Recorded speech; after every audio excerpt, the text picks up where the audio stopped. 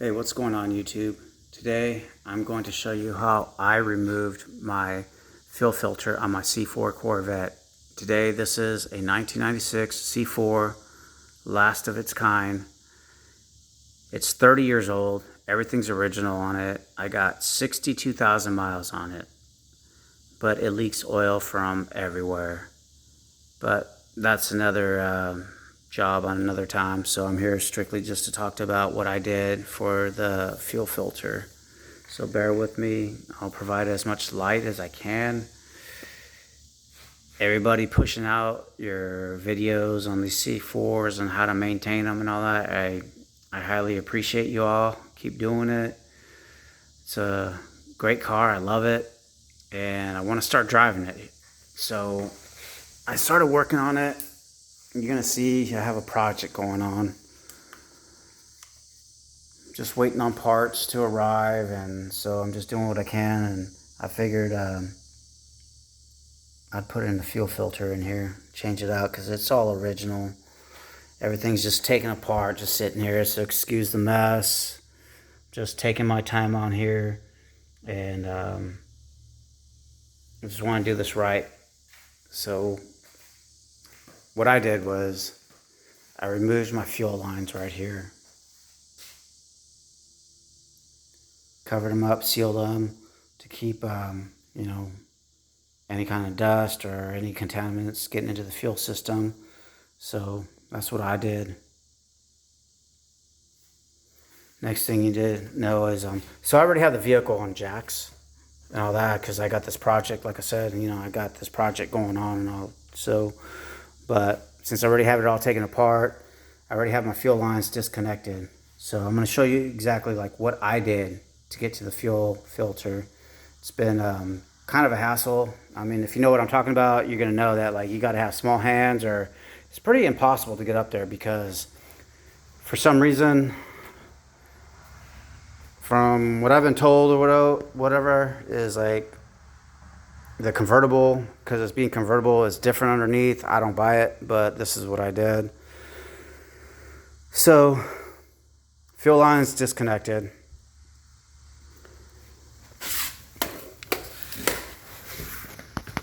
Underneath your car, you're gonna have these braces down here, and you're gonna have a bolt sticking out. It's a 10 millimeter, and you have this dual like bracket, holds both your fuel lines. You got one here, right here is a second one, and then your third one is going to be up here. I just left it up there to show you all. So you got your two fuel lines up in here. So what you want to do is carefully remove those. And then what I did next was I went up to the cross member. You're going to have 4 bolts up there. And I believe these bolts are going to be a 1/2 inch. So they're in there pretty good. So just be fragile, be gentle when you're doing all this work, because you don't want to strip anything out. I did use a breaker bar, and I budged it, I played with it, just to be cautious. And then once you unloosen this cross member here, you're going to go back down. It goes in as an X shape, and here you're going to see the cross member on the ground right there. Then it's going to take you back down over here. You're going to have 4 bolts right there. See them right there? So, like I said, you're going to hear me say this a million times. Just be careful when you're removing them. They're stiffy. Those are going to be, I believe, a 13 millimeter.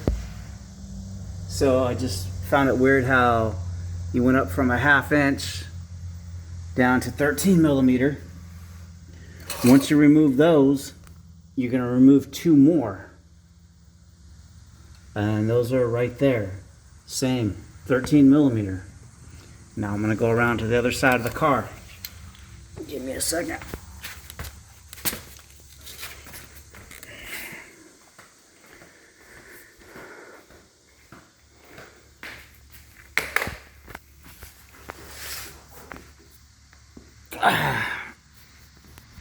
Excuse me, one-handed. So I'll get some light in here. You're gonna have another 4 bolts right here. You got 2 here and 2 over here. Those are gonna go back up to 1/2 inch. And I noticed that these were a little more complicated to remove. So just play with them. You know, I used a breaker bar, but just, you know, like, be careful when you're doing it. You don't want to strip out the heads or anything and round them off. So just play with it. It's probably a good idea too if you loosen everything up little by little. Come back here. I mean, you decide on how you want to do it. It's your job, but this is what I did. So I just did a little bit back and forth. I went to the passenger side of the car, loosened those up, went underneath, loosened those up, loosened these up, and went back to the other side, you know, just so I didn't have a lot of tension on this and I didn't want to strip anything out and cause more work later on. Okay, so now that we got the cross members disconnected, I loosened this cross member up as loose as possible. So it's still on there, it's holding it up, but it fell down over there. So now that we have it laying down,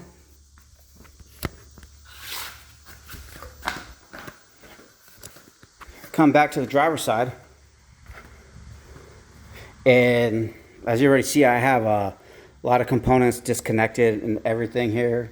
So I figured, you know, getting to that fuel filter, it would be kind of, you know, a little bit easier, but it wasn't. So that's why I started doing all this additional work here. And this system right here, right behind this system, this is where your fuel filter is on this car. It's right back here. I did not want to disconnect all this, and I already got a project going on over here. I think it would have been too much. So next step I did was I went underneath here and underneath the vehicle. So I already have this taken apart. I'm just going to show you what I did, just run you through the steps. I'm not going to show you how exactly step by step, but like this is what I did, and hopefully it helps y'all. Up here, you're going to have this bracket up there. This bracket's going to be mounted up in the vehicle. It's going to be secured by a 10 millimeter bolt. So just bear with me. You're going to have to get a wrench up there, loosen it up a little bit. Once these lines are all loose and all that, right here, here's your 2 fuel lines. Once they're loosened up, what I did was I went ahead and I put a 1/4 inch drive ratchet, and I got it up there. Once the lines got freed up, I put the 1/4 inch ratchet up there with a 10 millimeter, and I started ratcheting. I just, you know, little by little, got some play going on, and I was able to get that out. So now that you got your bracket out with your 10 millimeter bolt, the next thing I saw up there was, I saw kind of like a gasket material. It's more like a rubber. It clamps down the fuel lines together, and it has this zip tie on here. So what I did was I sent my needle nose pliers right here, these long ones. I got these needle nose pliers, and I went up there carefully and I pinched and I broke that zip tie. All right, these needle nose pliers right here, broke this zip tie. Once I broke that zip tie, I removed this piece that holds the 2 fuel lines together. Here it is. So now that my 2 fuel lines are all routed going up in there, as you can see, here's a catalytic converter. I had no room up here to get my hands. See, your fuel filter's all the way up in there. But you see the fuel filter hanging down right there because it's disconnected already. But that's what I did. So once I loosened all that up, I was able to get a lot of play out of the fuel filter. And one other thing I didn't mention is, since I'm already working on this car, you have another bracket right here. Excuse me. If you see that right here, one of the fuel lines is already going, or fuel lines are going through there. I removed that, disconnected it. You actually don't even have to remove it. You just loosen it up. There it is. Oh, fell through. So we'll continue on. Since I had the fuel filter down here, I went ahead and I grabbed my wrench, which is a 5/8, which is this line right here. That's a 5/8. I held it. You want to be fragile with this. Very fragile, because you mess this up, man, we're going to have to redo a whole new fuel line. Let me get my light here. Give me a second. I'm doing this all one-handed. So here's your fuel line. And what I did was I used this wrench, but this thing is 30 years old. I couldn't break it. Actually, this is 5/8 right here. And then I used a 13/16 and mounted it right there to hold it in place. Well, honestly, I put WD-40 in there, I couldn't get it off, and I tried to crank it righty-tighty to tighten it up a little bit to see if that helped. I just had to, just give it some time, just play with it, just work with it. Don't just pry it right off. Be gentle. Gentle, gentle, gentle. If it ain't working, get up, walk away, come back and hit it again, man. Just little movements or big movements downrange. So honestly, what I did was, after I couldn't get it to move, you got to use your judgment. I came up here with the big wrench for leverage. I put my wrench up in there, my adjustable wrench. I went in there and carefully, I just gave it a little budge. Gave it another little budge. If it wouldn't move, I tried tightening it up and moved it back and forth, hit it with some WD-40. This thing is 30 years old. Never been changed. So, I'm sorry that the video isn't all great. But once I disconnected it, honestly, I didn't have another fuel filter here. I ran down to the parts store. So, once I disconnected this line right here, this thing had a lot more movement. So then after that, what I did was I came back on top. Oh, let me get my light. Excuse me.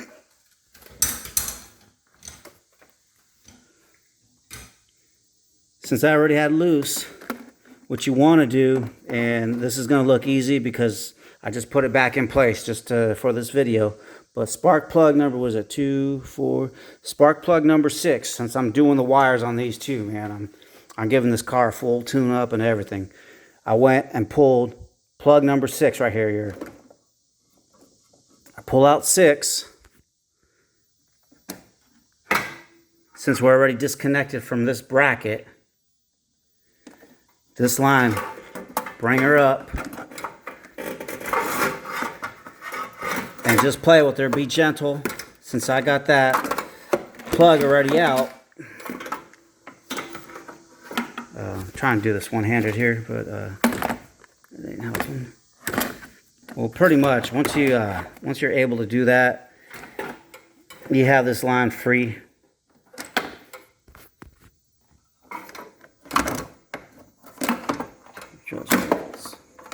This is the way I did it.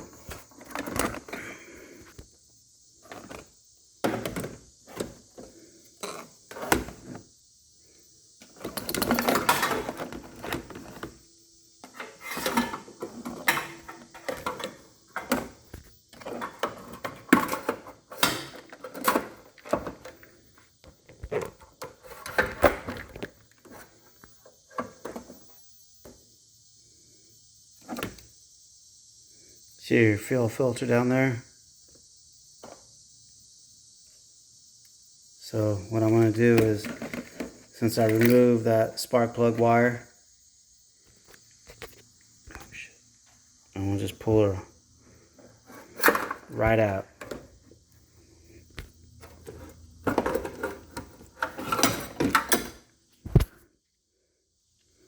There you go. You know the rest from here. You're going to want to disconnect here, and I'm sure you know that, and disconnect that, put it back in, and all I gotta say is recommend make sure when you put this back in here and you go to button everything up, it's at the right angle. You got your clamps. It's got, I want to say it's dummy proof, so if it fits, you know you're in the right place. So